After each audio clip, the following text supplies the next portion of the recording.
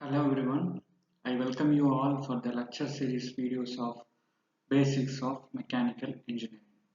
I am Dr. J.Yokesh Kumar, Assistant Professor of Mechanical Engineering in SNS College of Engineering. In the previous lecture series videos, we just introduced about the welding process, then various polarities that can be used in arc welding process, then various categories of arc welding process, advantages and limitations of arc welding process. From that we learned about what is arc welding process, where it is used, and types of arc welding process, various power supplies used in arc welding process, then applications of arc welding process. As a continuation of that, we have a lecture series video on this. We are going to discuss further about the arc welding process. In the arc welding process, again it is broadly classified into gas tungsten arc welding process, or otherwise called GTAW, or TIG welding process, tungsten inert gas welding process. And the second category is gas metal arc welding process, or MIG welding process, metal inert gas welding process. So in this video we are going to discuss about GTAW and GMAW. So this video describes about the GTAW, that is gas tungsten arc welding process. So let us have a detailed discussion on this.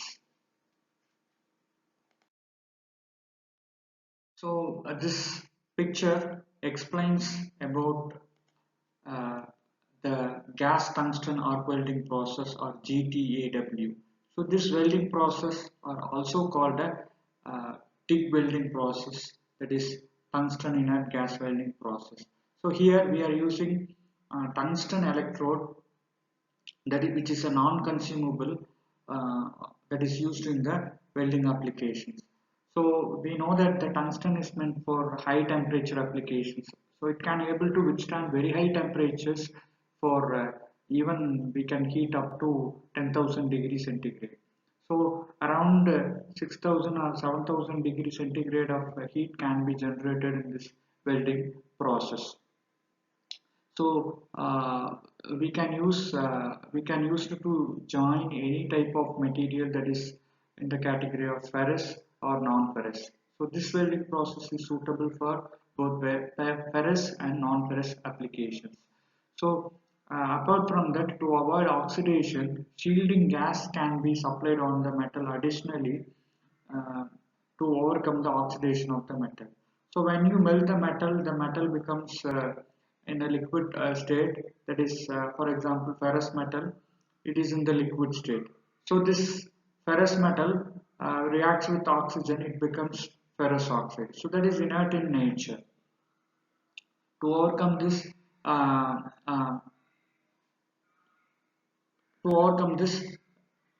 uh, inert gases can be supplied on the metal. So these are all the welding equipment used in the TIG welding process.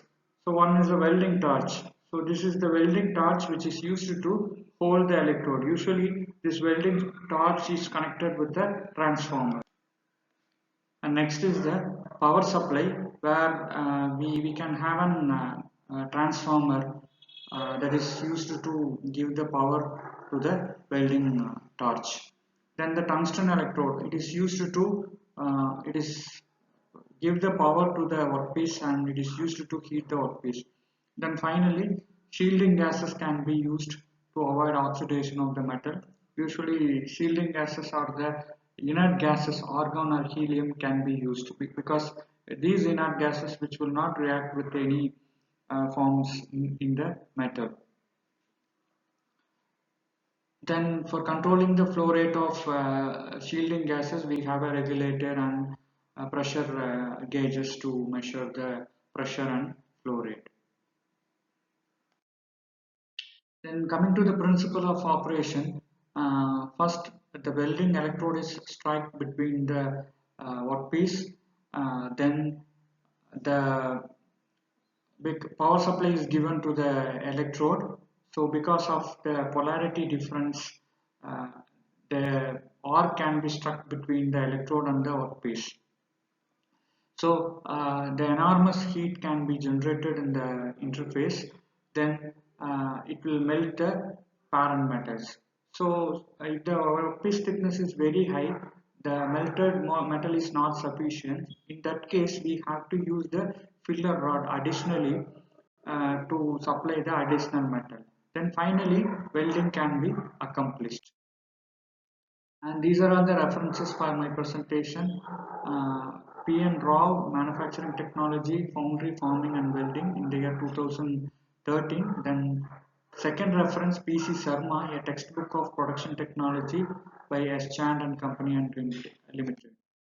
So in this video, we discussed about the gas tungsten arc welding process. So I hope this video is useful to you. Thank you.